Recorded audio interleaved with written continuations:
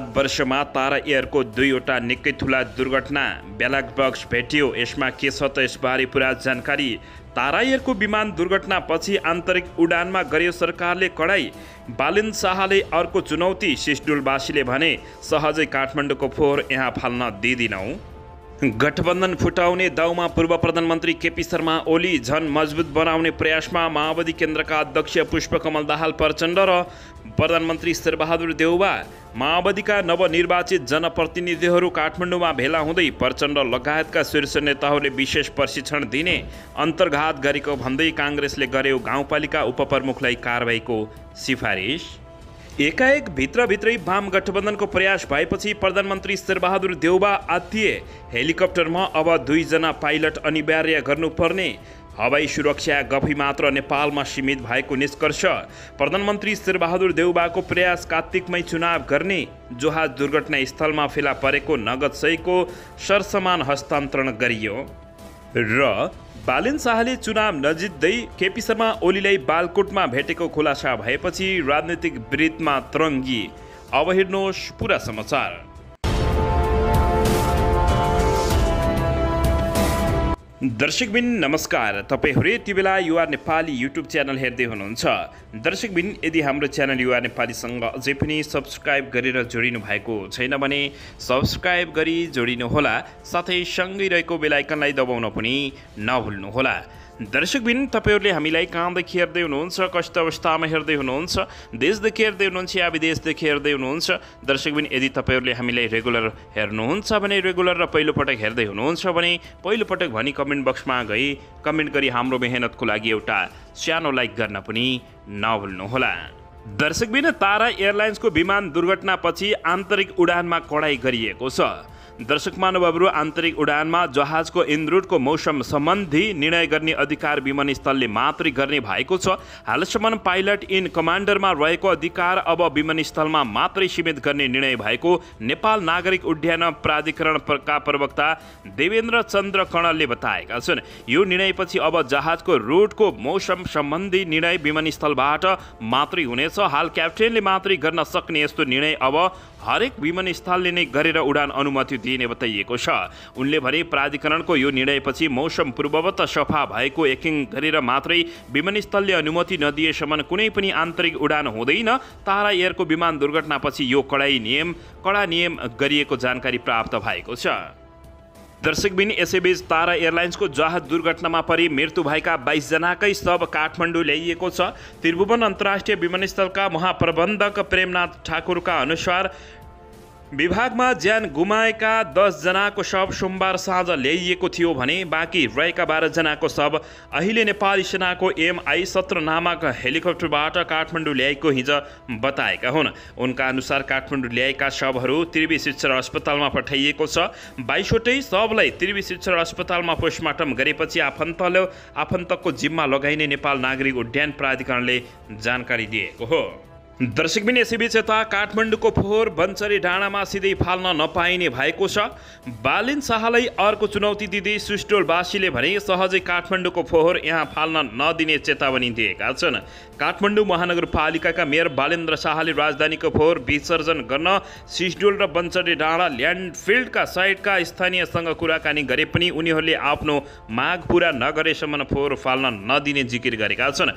स्थानीयसँग वार्ता गर्ने क्रममा मेयर बालेन्द्र शाहले आफ्नो सचिवालयका केही कर्मचारीहरू मात्र बोकेर यता स्थानीयले गएका थिए। उता स्थानीयहरूले वार्ता गर्ने एकतर्फी मान्छेहरू मात्र ल्याएको भन्दै आक्रोश समेत बालेन्द्र शाहमाथि गरेका थिए। सरकारसँग वार्ताको विषयमा महत्त्वपूर्ण भूमिका खेलेका स्थानीय सङ्घर्ष समितिका संयोजक श्रीराम ढुङ्गानाले बोलाइएको थिएन भने त्यहाँका मानिसहरूले सहजै रूपमा फोहोर फाल्न दिने अवस्था नभएपछि काठमाडौँमा अप्ठ्यारो स्थितिमा बालेन्द्र शाह परेको जानकारी प्राप्त भएको छ। दर्शकबिन, यसैबीच बालकोटमा पूर्व प्रधानमन्त्री केपी शर्मा ओली र हालका काठमाडौँका मेयर शाहबीच भेटभाट भएपछि राजनीतिक वृत्त तरङ्गिएको छ। काठमाडौँ महानगरपालिकाका नवनिर्वाचित मेयर बालेन्द्र शाहले नेकपा एमालेका अध्यक्ष केपी शर्मा ओलीसँग भेटघाट गरेको खुलासा भएको छ। केही दिन अघि मतपरिणाम आउन बाँकी रहँदै केपी शर्मा ओलीलाई भेट गरेका बालेन शाह केपी शर्मा ओली निवास बालकोट पुगेको जानकारी प्राप्त भएपछि नेपालमा राजनीतिक तरङ्ग बढेको हो। मेयरमा बालेन्द्र शाहको मतान्तर बढाउँदै गएसँगै पुगेका थिए। केपी शर्मा ओली र शाहबीच केही राजनीतिक विषय र महानगरको विकासका विषयमा समेत कुराकानी भएको बताइएको छ।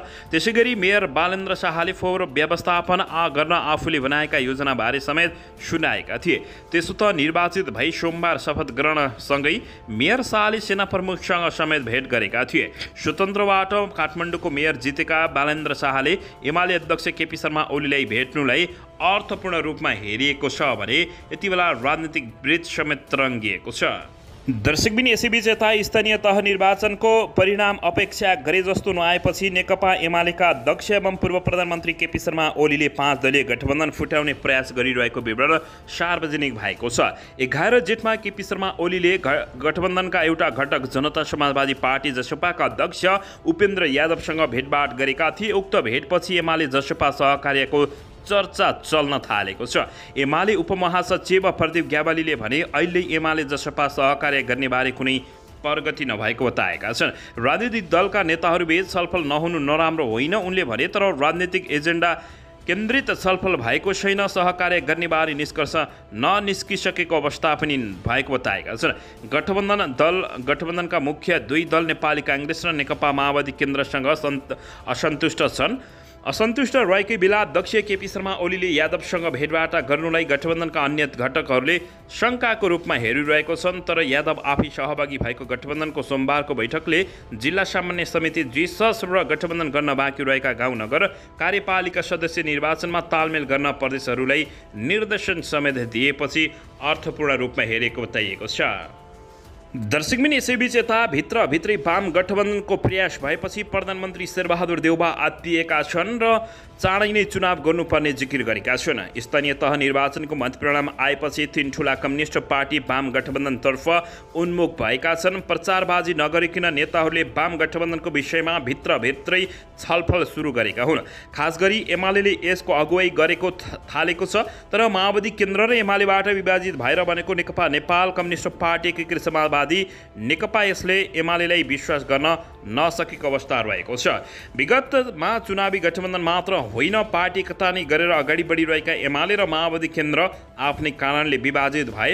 अहिले स्थानीय तह निर्वाचन मतपरिणाम आइसकेपछि सबैका कमजोरी औलाउँदै वाम गठबन्धन गर्नुपर्ने महसुस गरेका यी 3 दलबीच विश्वासको अभाव भने खड्किएको छ। भित्रै वाम गठबन्धन दलको कुरा चलिरहेको मात्र होइन, गम्भीर छलफल भएको छ। तर नेताहरूबीच विश्वासको अभाव देखिएको छ। एमालेका एक पदाधिकारीले भने पछिल्लो समय प्रमुख विपक्षी एमाले 5 दलीय गठबन्धनलाई दर्शक महानुभावहरू फुटाउन यति बेला कोसिस गरिरहेको बताइएको छ।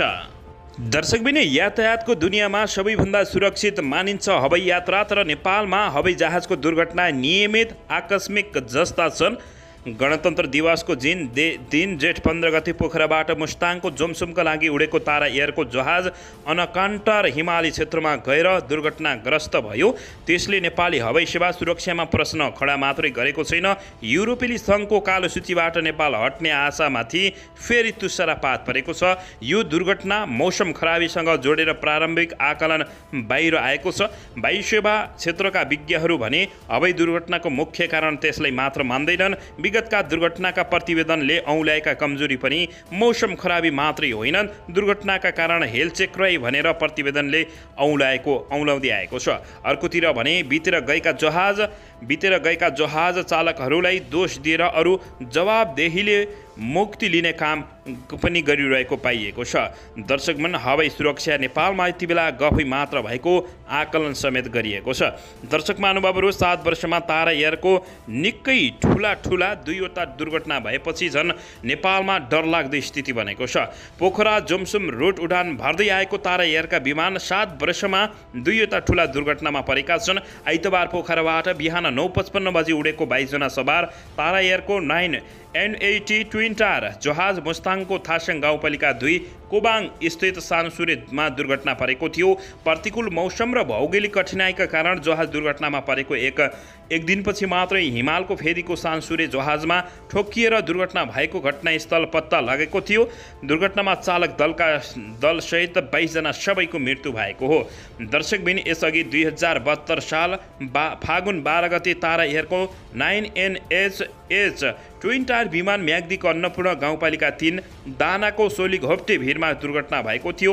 उक्त दुर्घटनामा 2 विदेशी नागरिक र चालक दलका 3 समेत गरी 23 जनाको निकै डरलाग्दो मृत्यु भएको थियो।